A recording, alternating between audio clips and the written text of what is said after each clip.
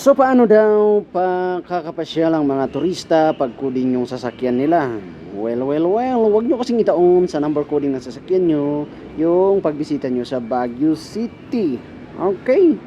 Or pwede mag-commute tayo para hindi kayo mahuli kasi kaming mga galing probinsya, nagre-research kami kagaya dyan sa number coding sa may EDSA.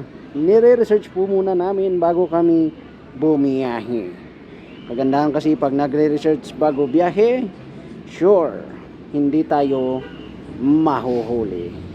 Kaya pagdating nyo dito sa Baguio City at nakita nyo may pedestrian, always slow down.